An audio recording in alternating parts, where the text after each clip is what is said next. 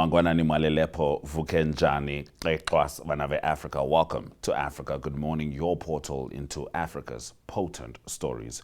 Today, Guinea's Mamady Doumbouya confirms his presidential ambitions, breaking his earlier promise not to run.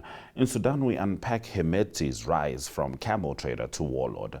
The G20 task force led by Ramaphosa sounds alarm bells over global inequality. And in Europe, an Eritrean man faces justice for leading a violent migrant smuggling network. We spotlight Nairobi's Wajukuu Arts Collective for transforming adversity into artistry. Then cross to Botswana for Rorisang Mogojwe's report and wrap up with economic updates from Zimbabwe and the DRC. ntvafrika.my.na, DSTV 285, GOTV 25 and NTV Africa on YouTube, that's Africa with a K, is precisely where you can find Africa. Good morning. My name is Hemedti. Top stories shortly. Looking for your next favorite show?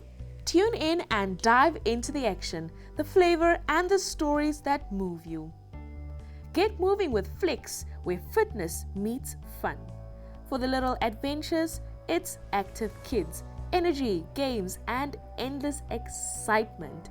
And if you're hungry for ideas, What's Cooking serves up delicious recipes and kitchen tips you can't miss. Dreaming of your future? Career Chronicles brings inspiring stories from professionals shaping tomorrow.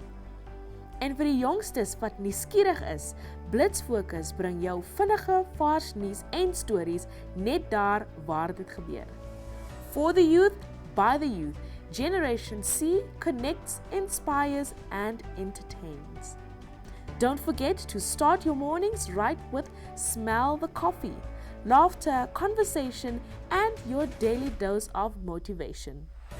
Do make sure to catch the latest entertainment news with chill, culture, lifestyle, and stories from your community. And don't miss Sports Wrap, all the highlights, analysis, and unforgettable moments from the world of sports. Your favorite shows, your favorite stories, all in one place. Don't miss out. This is My Zone TV.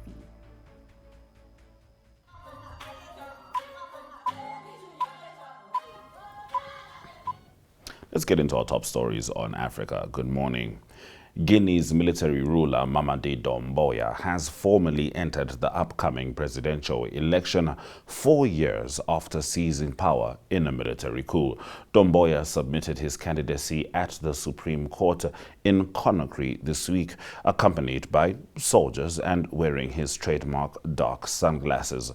The move breaks his earlier vow to hand power to civilians and not contest any future elections. Opposition parties have been barred from December's vote, raising doubts about its legitimacy. The hefty 875 million Guinean franc deposit required from candidates has further discouraged participation. The election will be held under a new constitution allowing Doumbouya to run. Under his rule, the junta has suppressed dissent, restricted media, and used force against protesters, despite overthrowing former President Alpha Condé in 2021 over similar abuses. Once a mid-ranking soldier with missions abroad, the 40-year-old Doumbouya is now one of Africa's youngest leaders. Absent from the race are Condé and former Prime Minister Salou Delaine Diallo and Sidia Toure, who remain in exile. Mohamed Hamdan Dagalo, known as Hemedti, has become Sudan's most powerful warlord, with his rapid support forces controlling much of the country after seizing Al-Fashir in Darfur. Born in a camel-herding clan, Hemedti dropped out of school and traded camels before joining the Janjaweed militia in the early 2000s. His forces, accused of atrocities during the Darfur conflict, later evolved into the RSF under Omar al-Bashir's rule. After years of fighting rebels and serving foreign powers, including Saudi Arabia and the UAE in Yemen, Hemedti built a fortune through gold mining and alliances with groups like Russia's Wagner. He helped depose Bashir in 2019, but later turned on Sudan's civilian leadership and the army chief, General Burhan, igniting war in April 2023. The RSF has since been accused of mass killings and looting. Despite international outrage, Hemedti shows no remorse, positioning himself as the head of a self-styled government of peace and unity. His force's latest victory has sparked speculation. He claims he aims to lead either a breakaway state or all of Sudan. A G20 task force led by South African President Cyril Ramaphosa has called for a global panel to confront what it labels an inequality emergency, headed by economist Joseph Stiglitz. The Extraordinary Committee of Independent Experts on Global Inequality warned that vast wealth disparities are destabilizing economies and undermining democracy. The report shows the richest 1% captured 41% of all new wealth since 2000, while the poorest half gained just 1%. The group proposes a body modeled after the Intergovernmental Panel on Climate Change to study causes, impacts, and solutions for inequality. It found that 83% of countries, home to 90% of the global population, meet the World Bank's inequality definition, linking economic disparity to democratic decline. The study blames the COVID-19 pandemic, the Ukraine war, and global trade tensions for worsening poverty, noting that 1 in 4 people regularly skip meals as billionaire wealth hits record highs. The panel's findings will be presented at the G20 summit in Johannesburg later this month before the US assumes the presidency. In our next story, a Dutch court began hearing the case of Eritrean national Tevelde Goitom, accused of running a violent migrant smuggling operation that trafficked East Africans to Europe.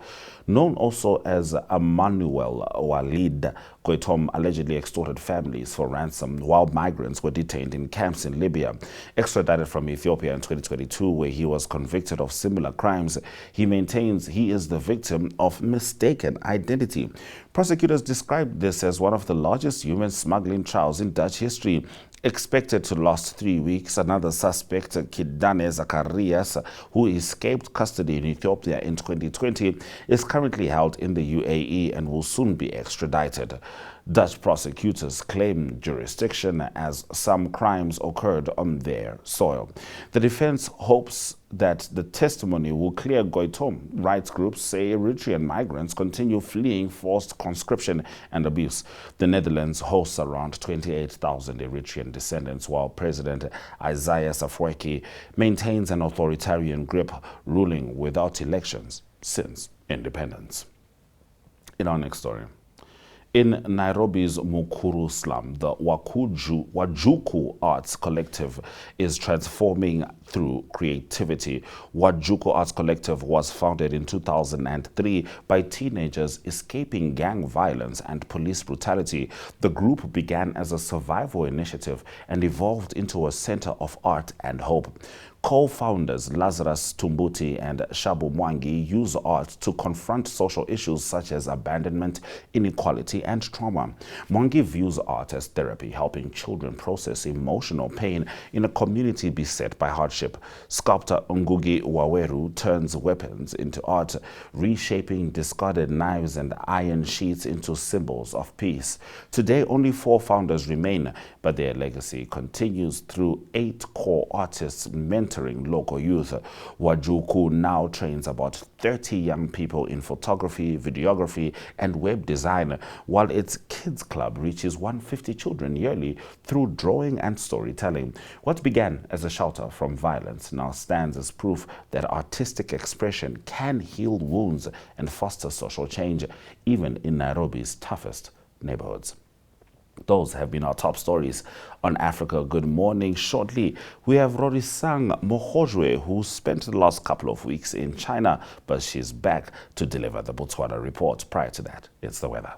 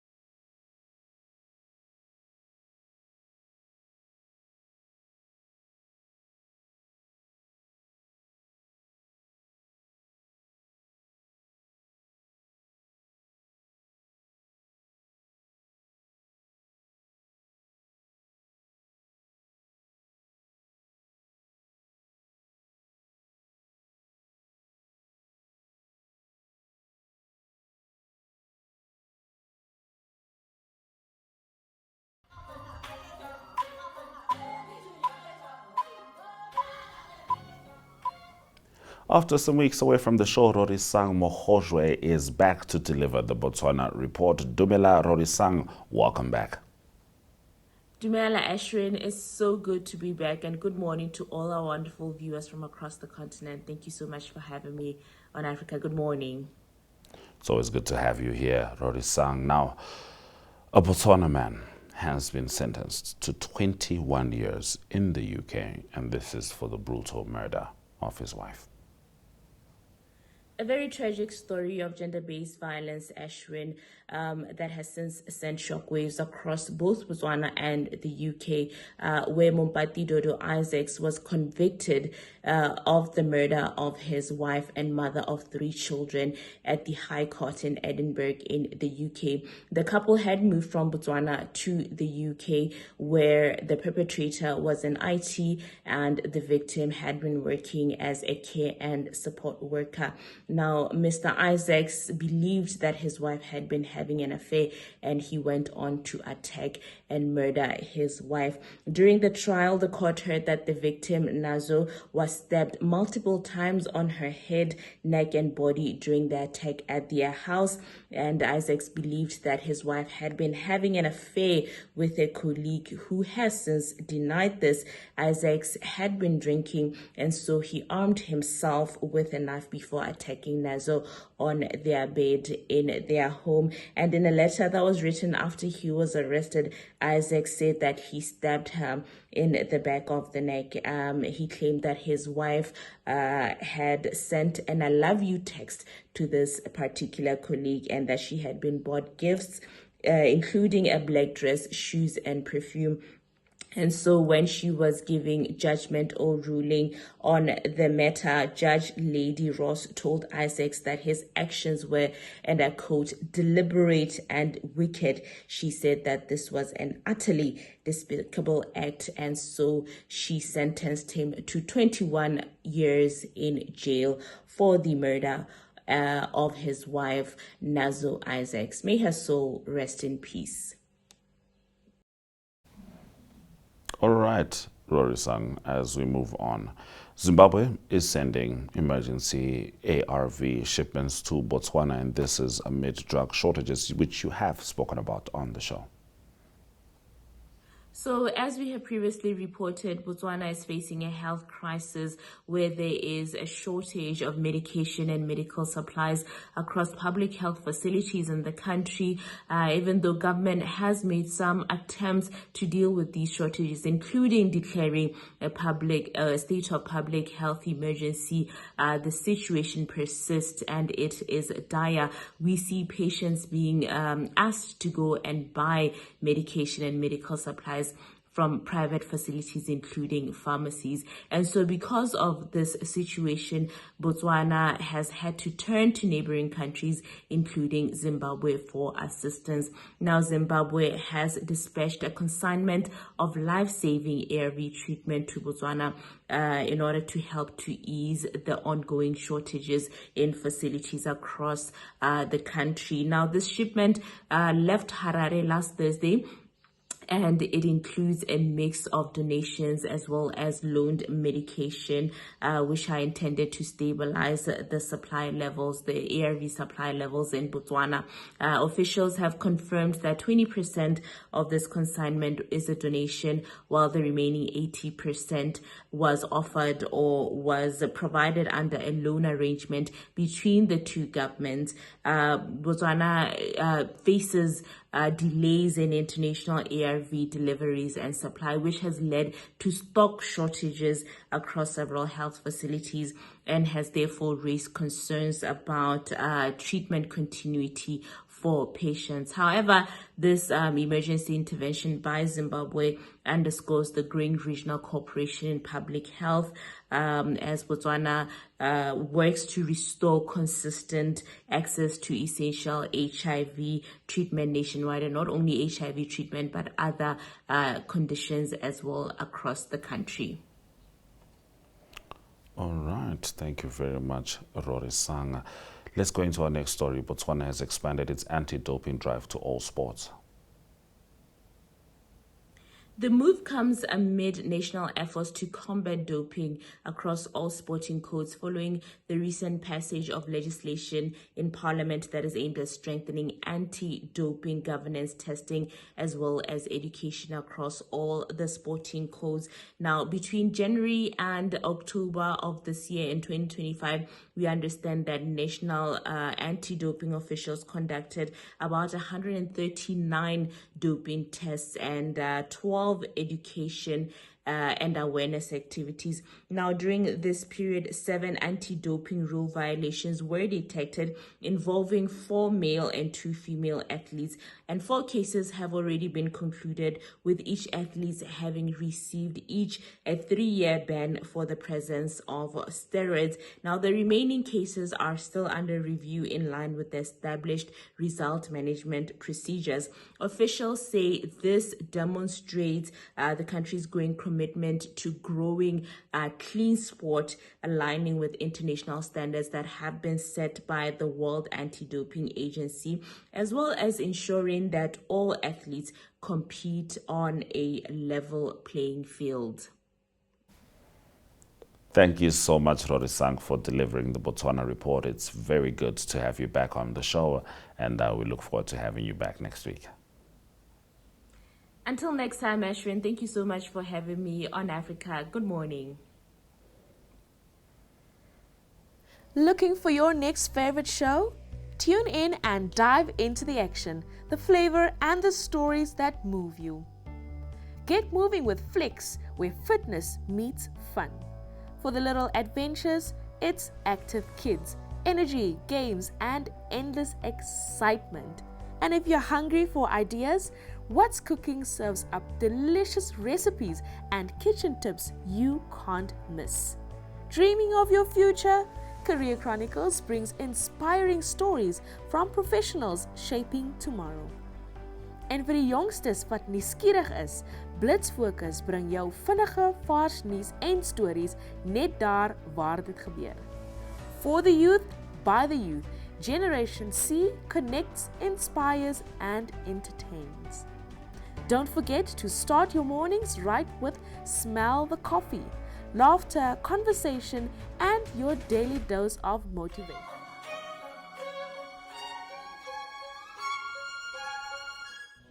Life is unpredictable and one needs to be protected against any eventuality.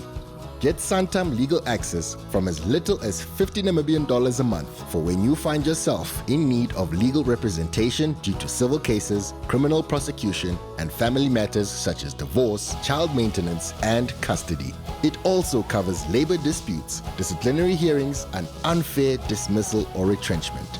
With Santam Legal Access, you'll receive free legal advice on almost every legal aspect, whether the specific matter is covered by your policy or not. For true peace of mind and legal protection when you need it most, call us on 061 292 8000. Santam. This is freedom.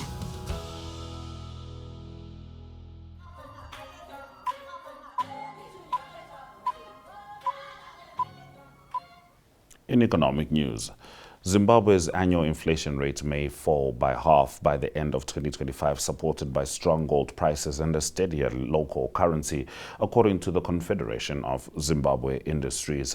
Inflation in the gold-backed Zimbabwe gold currency declined sharply to 32.7% in October from 82.7% in September. The CZI projects a further drop to between 15% and 20% by December 2025, aided by 2 months of negative monthly inflation and a stable ZiG.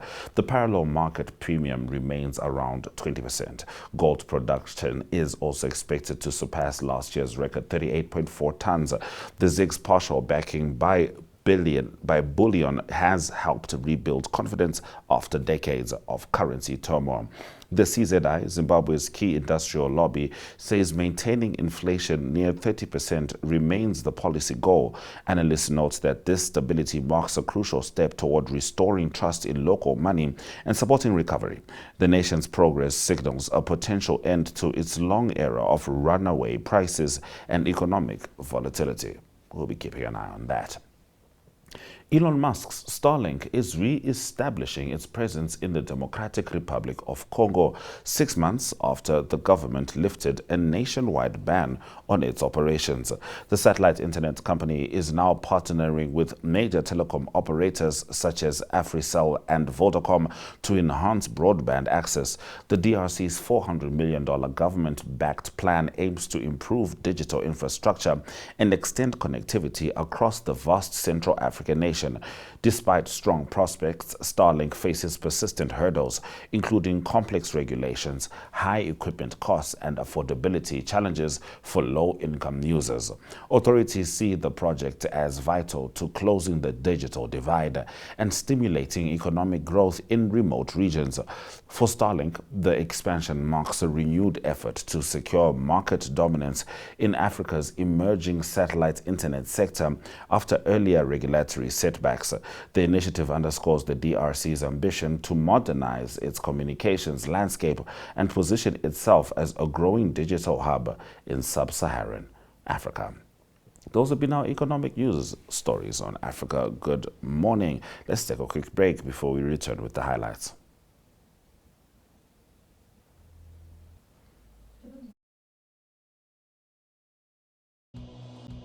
Life is unpredictable and one needs to be protected against any eventuality.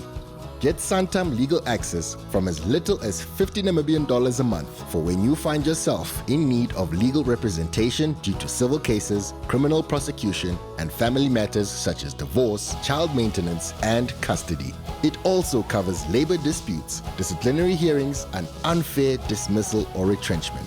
With Santam Legal Access, you'll receive free legal advice on almost every legal aspect, whether the specific matter is covered by your policy or not. For true peace of mind and legal protection when you need it most, call us on 061 292 8000. Santam. This is freedom.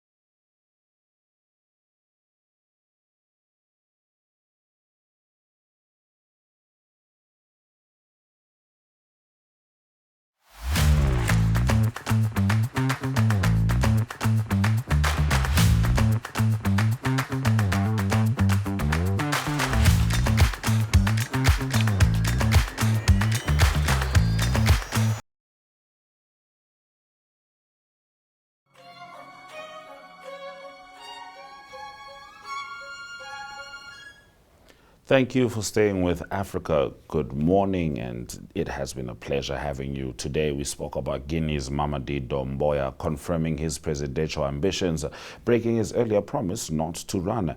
In Sudan, we unpacked Hemedti's rise from camel trader to warlord. The G20 task force led by South Africa's President Cyril Ramaphosa sounded alarm bells over global inequality, and in Europe, an Eritrean man faces justice for leading a violent migrant smuggling network. We also spotlighted Nairobi's Wajukuu Arts Collective for transforming adversity into artistry. Then we crossed into Botswana with Rorisang Mogojwe, who gave us the top stories from there. And of course, economic updates from Zimbabwe and Starlink re-establishing its presence in the DRC. Thank you for joining us on DSTV 285, GOTV 285, ntvafrika.my.na, and NTV Africa on YouTube. We return tomorrow with more news from the beautiful continent. Soda Jokanaka.